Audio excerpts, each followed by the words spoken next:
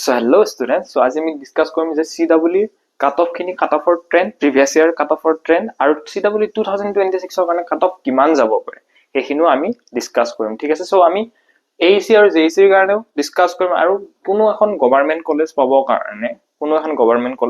কাৰণে engineering college পাবৰ কাৰণে তাৰে কাৰণে সেট স্কোৰ কিমান হয় সেইখিনিও ডিসকাস কৰিম ঠিক আছে। আৰু আমি যোনকিটা বস্তু ডিসকাস কৰিম যোনখিনি ৰেংক আৰু মাৰ্কসৰ কথা ডিসকাস কৰিম সেইখিনি তোমালোকৰ ব্ৰাঞ্চ ওয়াইজ ডিসকাস কৰিম ঠিক আছে। সো আৰু এই যোনখিনি ডাটা আছে সেইখিনি তোমালোকৰ ৰাউন্ড 1 ৰ কাৰণে আৰু বাকি তোমালোকৰ এনে নৰমালি যিমানখিনি কাউন্সেলিং হয় এই CW চাৰিটা বা পাঁচটা কাউন্সেলিং হয় ঠিক আছে। সো ৰাউন্ড পাঁচটা হয়। সো CE মানে civil engineering, mechanical engineering, computer science engineering, industrial and production engineering, instrumentation engineering, electrical engineering, chemical engineering, electronics and telecommunication engineering. বাকি এইটা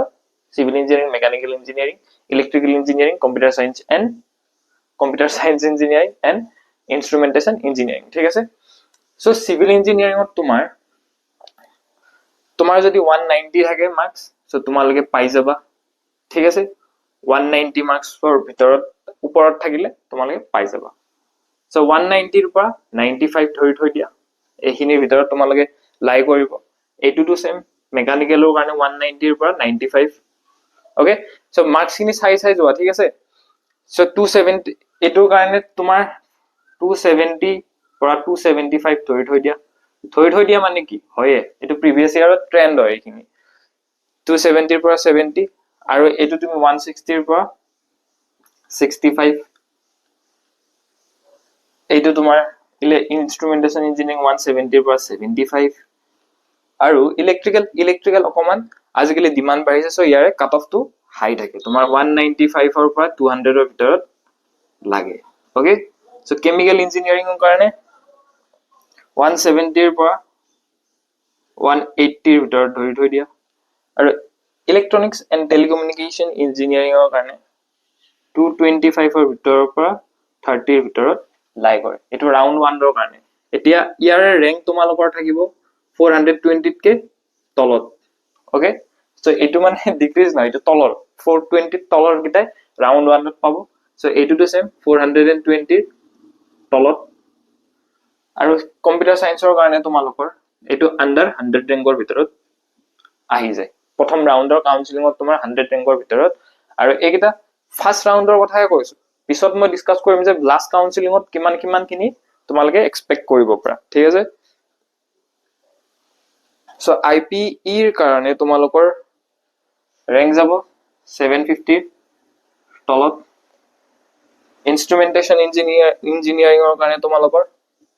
615 ৰ তলত 370 ৰ তলত ইলেকট্ৰিক্যালৰ কাৰণে কেমিক্যালৰ কাৰণে 600 ৰ তলত আৰু ET ৰ কাৰণে তোমালোকৰ 190 ৰ তলত ৰেংক লাগিব ওকে। সো এতিয়া আমি পিছত ডিসকাস কৰিছো বাকি কিটা কাউন্সেলিংত তোমালোকৰ কিমান আহিব পাৰে। সো JEC ৰ কাৰণে তোমালোকৰ মাৰ্কস লাগিব সিভিল ইঞ্জিনিয়াৰিং ৰ কাৰণে ফাৰ্স্ট ৰাউন্ডত 166 আৰু ৰেংক লাগিব 720 তলত এটো ধৰি থৈ দিয়া 165 ৰ পৰা 70 ৰ ভিতৰত লাগিব আমাৰ আৰু এইটো লাগিব তোমালোকৰ মাৰ্কস 160 ৰ পৰা 65 ৰ ভিতৰত। ইলেকট্ৰিক্যাল ইঞ্জিনিয়াৰিং ৰ কাৰণে তোমালোকৰ লাগিব 175 ৰ পৰা 80 ৰ ভিতৰত আৰু CSE ৰ কাৰণে লাগিব তোমালোকৰ 220 পৰা 30 ৰ ভিতৰত আৰু ইনস্ট্ৰুমেন্টেশন ইঞ্জিনিয়াৰিং ৰ কাৰণে লাগিব 155 ৰ পৰা 60 ৰ ভিতৰত ঠিক আছে। আৰু এইটা ৰেংক তোমালোকৰ থাকিব কিহৰ কাৰণে মেকানিক্যালৰ কাৰণে থাকিব 760 ৰ তলত ওকে। আৰু কি আছিল ইলেকট্ৰিক্যালৰ কাৰণে তোমালোকৰ থাকিব 580 তলত আৰু CSE ৰ কাৰণে লাগিব তোমাৰ 230 ৰেংকৰ তলত আৰু কি আছিল IE সো এটোৰ কাৰণে তোমালোকৰ যেতি 900 ৰেংকৰ ভিতৰত থাকে ফাৰ্স্ট ৰাউন্ডত তোমালোকে পৰ 100% চান্স 100% নক ৰেংক কিটা সব মাৰ্কসিনৰ কথা নক যদি ৰেংক ইমান খিনি থাকে তোমালোকে সিট পাই যাবা ফাৰ্স্ট ৰাউন্ডত এইখিনিৰ ভিতৰত এইগিটা ব্ৰাঞ্চত ওকে সো এতিয়া তোমালোকে ইয়াৰ পৰা -10 টু -20 কৰা ঠিক আছে -10 টু -20 -10 কত কৰিবা সিএসসি ত কৰা -10 মাৰ্কস আৰু কত কৰা ইলেক্ট্ৰিকেলত কৰা মেকানিকেলত কৰা ওকে সো -10 মাৰ্কস কিয় কৰিবা কাৰণ ৰাউন্ড 4টা ৰাউন্ড এক্সট্ৰা কেও আছে সো তোমালোকে যে সেফ খেলিব খুদিছা -10 ৰ পৰা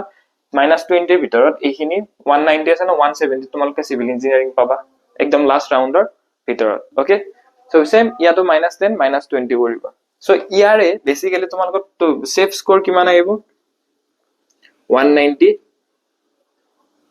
প্লাস ওকে সেফ স্কোৰ হয়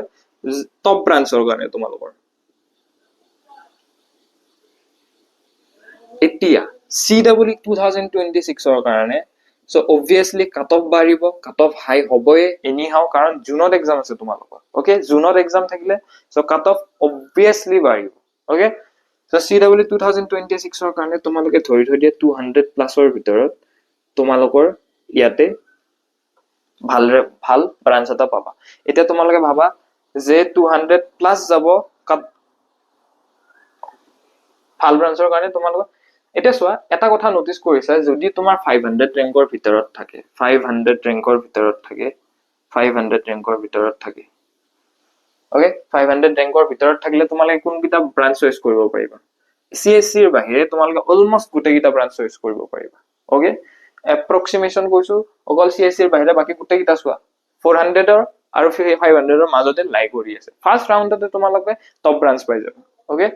সো 500 ৰেংকৰ ভিতৰত থাকিলে তোমালোকে টেনচনে ল'ব নালাগে একো পিছলৈ আৰু এতিয়ালৈ সো ইয়াৰে সেফ স্কোৰ JEC ৰ কাৰণে সেফ স্কোৰ কিমান আহিব 170 প্লাস সো এইগিটা তোমালোকৰ যোনকিটা সেফ স্কোৰ কৈছো যাতে তোমালোকে টেনচন নহয় ৰাউন্ড 4 লৈ ৰাউন্ড 5 লৈ ৰখি থাকিব নালাগে সো একদম যে চিল থাকিব খুদিছা সেফ স্কোৰ 170 প্লাস ইয়াৰে 200 প্লাস ওকে সো ইয়াতে 170 প্লাস থাকিলে তোমাৰ ভাল ব্ৰাঞ্চ গোটেই কিটা ব্ৰাঞ্চ অলমোস্ট CSC ৰ বাহিৰে গোটেই কিটা ব্ৰাঞ্চ পাবা ওকে সো ইয়াতে মই কৈলো ইয়াতে এটা এক্সেপশন আহি গৈছে CSC ত তোমালোকৰ 100 ৰেংকৰ ফাৰ্স্ট ৰাউন্ড কাউন্সেলিংত তোমালোকৰ আন্ডাৰ 100 ৰেংকত কেটা বাচ্চা আছে কেটা ষ্টুডেন্ট আছে ঠিক আছে 100 টাৰ ভিতৰত 100 টা ষ্টুডেন্ট 100 ৰেংকত গৈছে ন 20 টা সিটহে থাকে CSC সো তোমালোকে ভাবি লোৱা কিমান কম্পিটিশন হাই ওকে সো পিছৰ ৰাউন্ডলৈ ৰাউন্ড 3-4 লৈ ষ্টুডেন্টে মানে AEC CSC যদি NIT শিলচৰত ভাল ব্ৰাঞ্চ পাই যায় তো থিয়তে তাতেই যায় ওকে সো ইয়াৰে সিট বিলাক খালি হৈ যায় কিন্তু ফাৰ্স্ট ৰাউন্ডৰ কাৰণে কিয়তৰটো এটা সেফ পইণ্ট থাকিব লাগিব না হেকানে AEC ত এডমিশনটো লৈ থৈ দিয়া কাৰণ আন্ডাৰ 100 ৰেংক পোৱা গিটাই NIT মাস্ট পাবয়ে ওকে সো সেফ স্কোৰ ইয়াৰে 170 plus as per the trend so CW 2026 ৰ কাৰণে তোমার সেফ স্কোর হবো 180 প্লাস ওকে সো এইখিনি মনত থাকিলে এইখিনি বুজি পালা সো গভর্নমেন্ট যিকোনো এখন গভর্নমেন্ট কলেজৰ কাৰণে সো তোমালোকৰ সেফ স্কোর কিমান আহিব ঠিক আছে সো মই কৈছো যে তোমালোকে 120 প্লাস 110 ৰ ওপৰত পালেও হ'ব 100 প্লাস পালেও গভৰ্নমেন্ট কলেজ এখন পাই যাবা এইখিনি কিন্তু 120 প্লাসত তোমালোকে আৰামছে গভর্নমেন্ট কলেজ এখন পাই যাবা সো কি আছে গভর্নমেন্ট কলেজত so BBEC পাবা GEC পাবা DEC পাবা BVEC পাবা so এইখন কলেজ তোমালোকে আৰামছে পাই যাবা আৰু কি আছিল জিষ্ট এইখন কলেজ তোমালোকে আৰামছে 120 প্লাসত জিষ্টটো বাদ দি পেলাই কাৰণ জিষ্টটো কাট অফ হাই যায় কাৰণ AC নোপোৱা ষ্টুডেন্ট কিটা জিষ্টতে ফাৰ্ষ্টতে কাউন্সিলিংৰ কাৰণে এপ্লাই কৰে সো বাকি এখন কলেজত তো আৰামছে পাই যাবা 120 প্লাস থাকিলে এখিনি থৈ দিয়া ওকে সো 120 প্লাসত তোমালোকৰ ৰেংক আহিব 2000 ৰ ভিতৰত ওকে সো এতিয়া তোমালোকে প্ৰিপাৰেচন কেনেকৈ কৰিবা ওকে প্ৰিপাৰেচন কেনেকৈ কৰিবা এটা কথা কৈ দিও যে এক্সাম আছে 7 জুনত টাইম বহুত আছে তোমালোকৰ হাতত এতিয়া 7 জুনত এক্সাম হ'ব আৰু তোমালোকে এতিয়াৰ পৰা যদি প্ৰিপেয়াৰ ভালকে কৰা 200+ পোৱা একো ডাঙৰ কথা নহয় ওকে কাৰণ টাইম বহুত আছে এপ্ৰিল হলেও তোমালোকৰ অকমান কি বুলি কম এপ্ৰিল হলেও তোমালোকৰ অকমান কষ্ট হলে যে কুপ আপ কৰিব লাগে সিলেবাস এটা বহুত টাইম আছে এটা এনেকে নহব যে টাইম বহুত আছে কাৰণে তোমালোকে পঢ়াটো কমাই দিছে কাৰণ বহুত ষ্টুডেন্টে এতিয়া পঢ়িব যিমান ষ্টুডেন্ট অসমৰ যিমান ষ্টুডেন্ট আছে মেক্সিমামে এতিয়া CWৰ কাৰণে আৰু JWৰ কাৰণে প্ৰিপাৰেচন কৰিব আৰু নিটৰ কাৰণে